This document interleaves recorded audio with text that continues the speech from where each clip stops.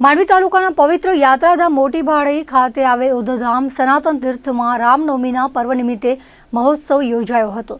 મર્યાદા પુરુષોત્તમ ભગવાન શ્રી રામ તેમજ ભગવાન ઉદ્ધવરામજીનો જન્મોત્સવ અત્યંત હર્ષોલ્લાસ અને ભક્તિભાવપૂર્વક ઉજવવામાં આવ્યો હતો।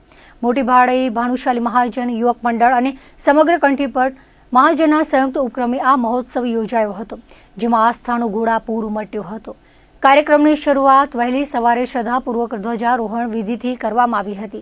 ત્યારબાદ વાલરામ ચાલીસાના સમૂહપાઠ દ્વારા સમગ્ર વાતાવરણ ભક્તિમય બની ગયું હતું।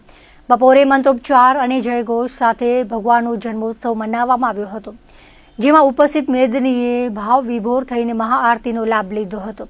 આ ધાર્મિક મહોત્સવમાં સહભાગી થવા માટે માત્ર મોટી ભાળી જ નહીં, પરંતુ સમગ્ર કંઠીપટ વિસ્તાર, કચ્છના વિવિધ ગામો અને છેક મુંબઈથી પણ મોટી સંખ્યામાં ઉદ્ધવ પ્રેમીઓ અને શ્રદ્ધાળુઓ ઉમટી પડ્યા હતા। જન્મોત્સવ બાદ વિશાળ ઉદ્ધવ મહાપ્રસાદનું આયોજન કરવામાં આવ્યું હતું।